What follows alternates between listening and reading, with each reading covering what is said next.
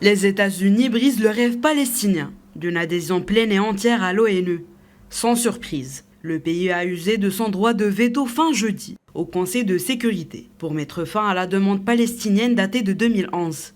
Les Palestiniens, qui ont depuis 2012 le statut inférieur d'État non membre observateur, sollicité depuis plusieurs semaines aux côtés des pays arabes, le Conseil d'accepter qu'un État palestinien déjà reconnu par la majorité des capitales prenne sa place légitime au sein des Nations Unies. Une demande qui n'aboutit pas.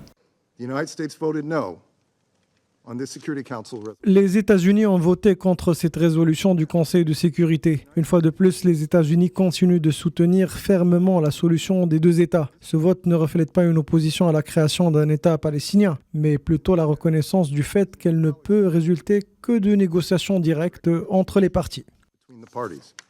Les États-Unis, qui ont tout fait pour retarder le vote, n'ont pas hésité à recourir à leur droit de veto, qu'ils utilisent régulièrement pour protéger leur allié israélien.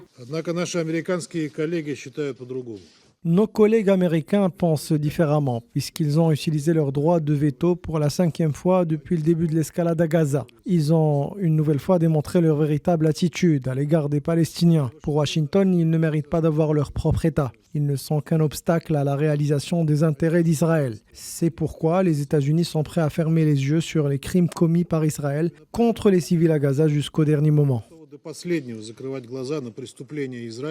Y voyant une agression flagrante qui pousse le Moyen-Orient au bord du désastre, l'autorité palestinienne dénonce immédiatement cette décision. Dans ce contexte, le secrétaire général de l'ONU, Antonio Guterres, a fait part de ses inquiétudes devant le Conseil de sécurité au sujet de la situation au Moyen-Orient. L'absence de progrès vers une solution à deux États ne fera qu'accroître la volatilité et les risques pour des centaines de millions de personnes dans la région qui continueront à vivre sous la menace constante de la violence. J'exhorte tous les gouvernements concernés à user de leur influence pour promouvoir la confiance, la sécurité mutuelle et la paix régionale. Le Hamas a lui aussi condamné le veto américain, assurant que le peuple palestinien poursuivrait sa lutte jusqu'à l'établissement d'un État palestinien indépendant et pleinement souverain avec Al-Quds pour capitale. Le gouvernement israélien s'oppose à la solution à deux États, défendue par une grande majorité de la communauté internationale, dont les États-Unis. Pour rappel, l'admission d'un État à l'ONU doit recevoir une recommandation positive du Conseil, au moins 9 voix sur 15 en faveur, sans veto d'un membre permanent, puis être approuvé par l'Assemblée générale, à la majorité des 2/3. Les États-Unis ont également mis en avant la législation américaine qui leur imposerait de couper leur financement à l'ONU en cas d'une adhésion palestinienne, en dehors d'un tel accord bilatéral entre Israël et les Palestiniens.